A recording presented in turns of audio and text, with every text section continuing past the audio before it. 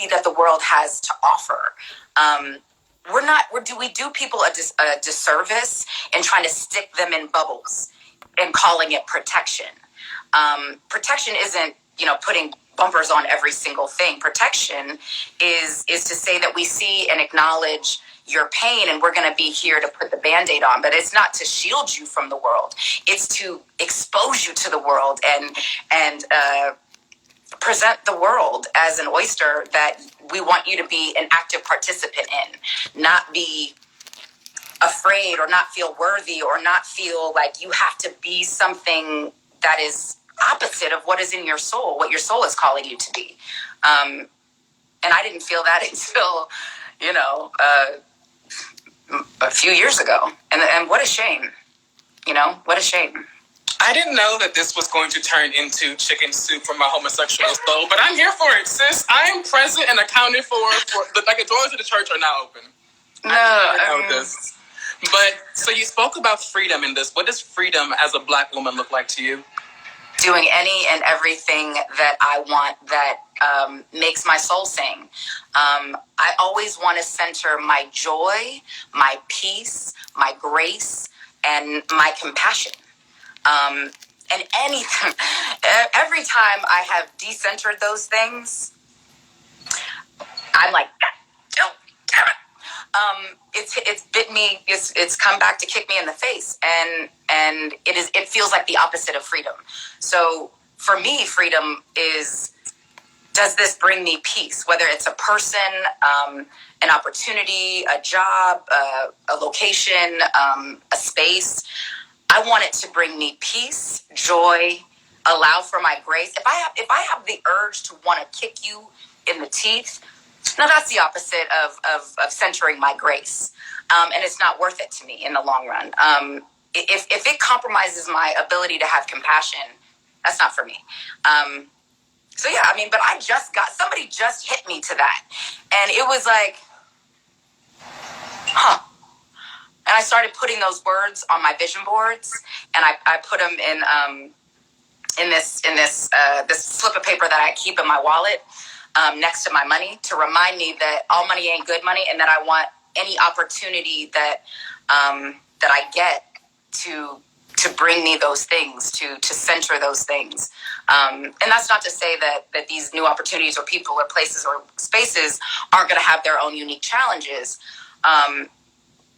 But the goal is to center those things. And since I was hip to that, I was like, shit, but this is amazing. And the one time recently that I did not center those things, where I heard, what seemed like such an easy situation, and there were all the zeros, I was like, what could go wrong? Everything. And I learned a lesson. See, that goes back to our original statement of, when you know better, you do better. And you obviously did better. Well, I knew better, and I was like, let's go this route. But I knew better. Mm-hmm. But I had to, a hard head makes for a soft behind, and I had to get my ass kicked real quick. And I'm like, okay, and I'm back. And I'm here. I'm present. I'm kind of okay, and I'm good. All right, okay, yeah. Okay, so I know that we're running out of time, but I wanted to ask you, what advice would you have for mothers who have the same journey that you had, or similar to your journey? What words of wisdom would you impart on them? Because I feel going through this process, you might lose a sense of hope, and you might feel like you're unworthy of happiness. You're unworthy of the promises that you've made to yourself. So what advice would you give them? Not everyone's journey ends in the miracle, right? And my girlfriend, I was doing one of these talks, and it was a similar question, and I was just, stay hopeful, meditate, pray, put it on your vision board, manifest, the life that you want. And my girlfriend was like, but what if you do all those things and it still doesn't happen? And, she was like full crying. And I was like, oh shit. The reality is now I'm emotional. Your value and your worth, we can't tie it into things that we don't have any control over. All we can control is your soul, who you are, no matter what happens. Sometimes our real character is revealed through the hardest obstacles and the dreams that don't come true. But what I will say that no matter how dark and how many times I had to dance with the devil and I had to mourn the life I thought I was supposed to have, the life that I was meant to live, always came to pass. And it was beyond anything I could have ever imagined for myself. And it's okay that at the end of the day, it doesn't look exactly like how you imagined. It doesn't mean that your prayers have not been answered. It just means that perhaps the package of your miracles are just going to be a little different. And being open spiritually, emotionally, physically, to whatever that is that the universe has in store for us, is going to be okay. And it's going to be the right, perfect thing for you. And to not lose sight of that when we want these outside things to define us. And as a lot of women, on a fertility journey, we have this idea that being a mother is the thing that is going to define us and make us good and whole. And being good and whole can happen, whether motherhood is a part of your journey, or mothering, because there's so many people that we mother every day that we don't call it mothering. We call it being a good friend. We call it being a good family member or spouse or significant other, or just the kindness and the nurturing that we provide strangers off the street. That might be the mothering that you are called for. And being open to miracles in different packages. See, I think you hit the nail on the head when you said that you have to be open to what the universe is giving you, right? Because I feel that when you're not open, you have that door closed. So essentially when a door is closed, nothing can come in. So you're wishing and hoping and praying and wanting for this thing, this miracle to come true and come into fruition, but not realizing that you're closing yourself off because either you have a narrow mindset, you're thinking that you're defeated, you're not really being hopeful, right? And it's you have to, it's a process, right? Because it's not an easy thing. It's not a thing where you just wake up one day and I'm going to choose happiness. I'm going to be happy today. No, it's like a journey. You have to go through the journey, and no journey, A, looks the same, and B, has a smooth road. There's always going to be bumps. There's always going to be issues that you deal with and you face, and it's just how you handle them. And that is what shows your character, essentially. Absolutely. All of our stories don't have to match to be beautiful and perfect for us. And I think, as I've gotten older, what I've realized, especially, as parents or as spouses or just in any capacity, the more people who are doing what we are doing, we feel like we're on the right track. Because look, we're all doing the same thing. And sameness doesn't mean it's right for you. Sometimes you got to, walk to the beat of your own drum. And if your story doesn't exactly line up with the next person's, it doesn't make it wrong or less beautiful or less valid or make you less worthwhile. Your life doesn't hold any less value for not matching. It's just different. And we have to let go of this need for sameness. How boring. What the hell we have to talk about if we're all doing the same thing? And for some people that brings a sense of peace and security. To me, that just puts me to sleep. So I'm open to whatever your story is. I'm interested in you. I don't need you to match what I'm doing for me to recognize your value.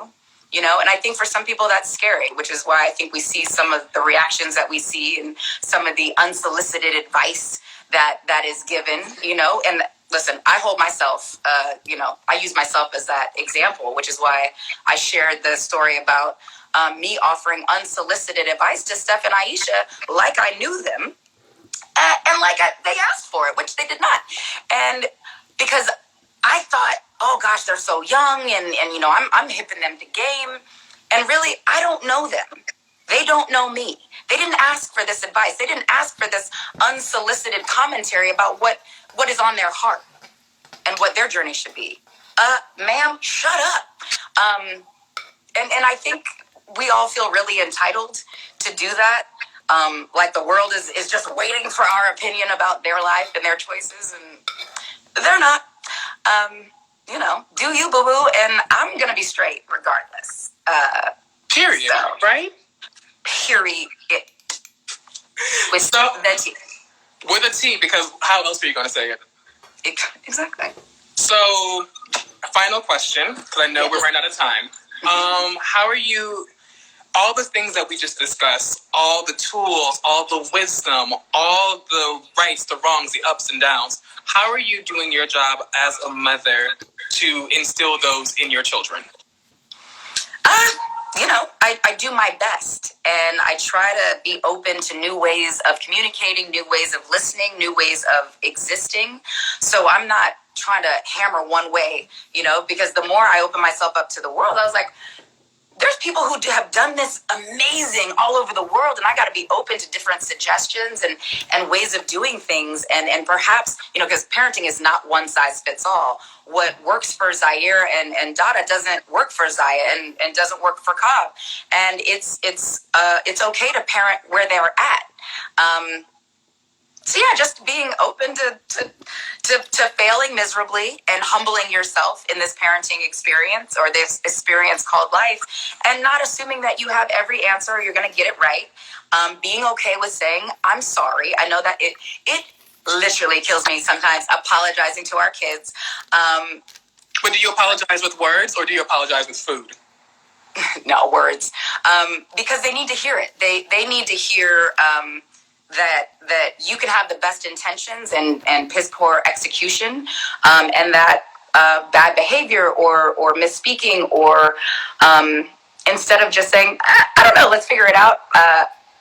We want to always present ourselves as the authority on everything when we're not. That it's okay to say, I'm sorry.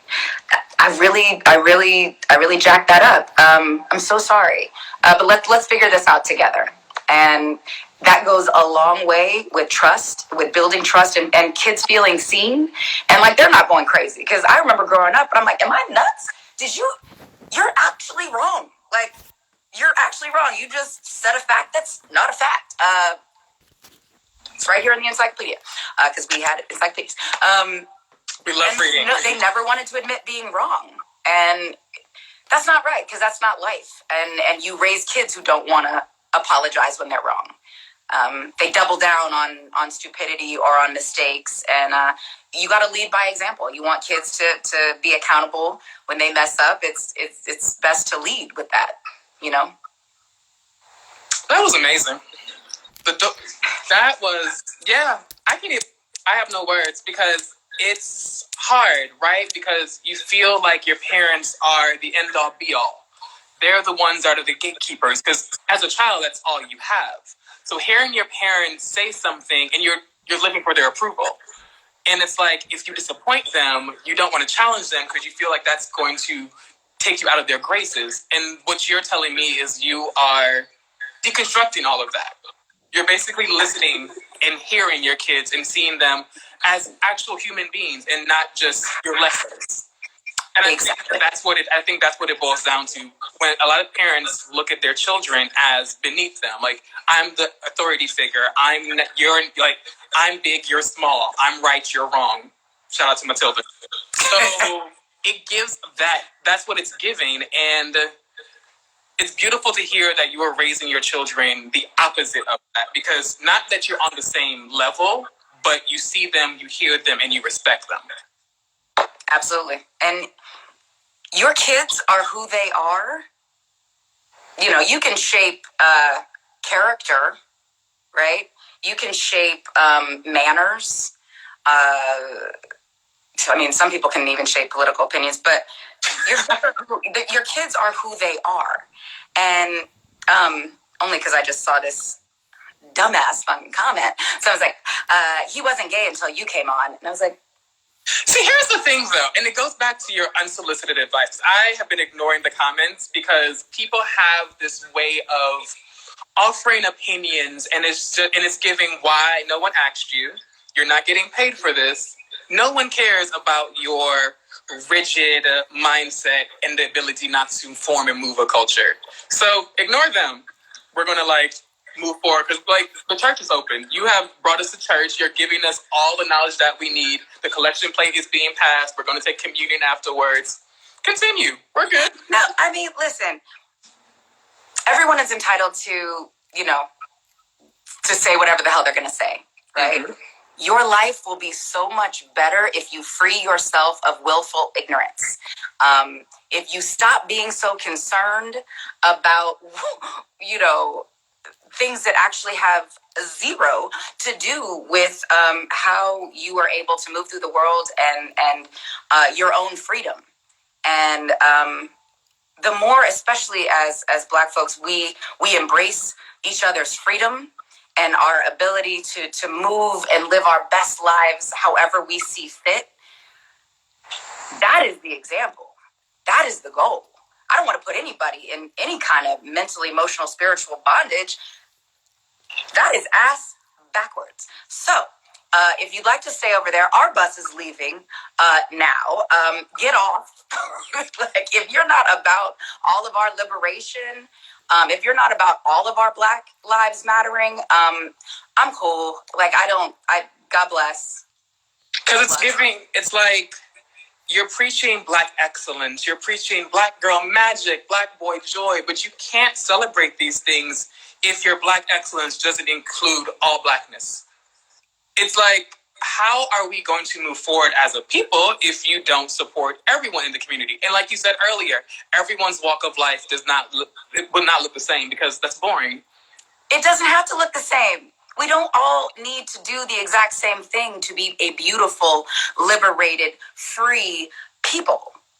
I don't know why we think that the sameness is going to protect us.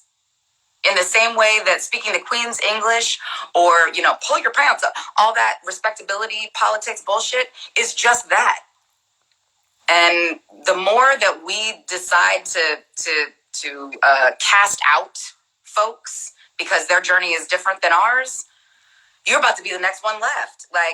You just identified yourself as the weakest link. Goodbye. About to get voted off the island. It's unfortunate. So there is nothing to lose by opening your mind and freeing your spirit, and everything to gain. This is true. This took us for a turn. But I enjoyed where we went. It was beautiful. It was magical. Gabrielle, thank you so much. You have been a joy. Again, effervescent, glowing, the curls are popping, the skin is flourishing. Go on. Listen, I'm doing my rice water and aloe spray nightly, y'all. Is that what we're giving? Is that what it's giving? Because your edges are laid like a bridge over troubled waters. I'm looking at them right now, a little smooth. Listen. Sweetie can't be my cousin and my edges not be, on point at all times. So, listen, our family is all about that excellence, and we start with our baby hairs. Because they are laid. Thank you so much, and we appreciate it. Thank you guys, and thank you all. Thank you all for being so supportive and loving, and just coming here and sharing this time with us. I appreciate it. We appreciate you because you could have been anywhere else in the world, but you chose to be here with us. I'm with you guys every night before I go to bed. I am on theroot.com, so. We appreciate. Listen, we stand you. I told you I had to pick a good picture of you to make you look. It wasn't. I was like, oh, thank you for choosing a good picture. Because sometimes I'm like, oh, thanks. Haters. No, because as journalists, you're supposed to. For me, at least, you're supposed to if anyone wants a story about me, I want you to pick the best picture or the most picture of my IG with the best likes. I don't want you to pick a photo of me looking torn down. But they do. Some people do. You're like, you'll never get where this is going. But thank you, guys. I really do truly appreciate it, and I thank you guys for supporting the children's book. Yes, I do truly, truly, truly appreciate you guys and the support. Thank you. Thank you so much. Have a good day. All right. Bye, guys.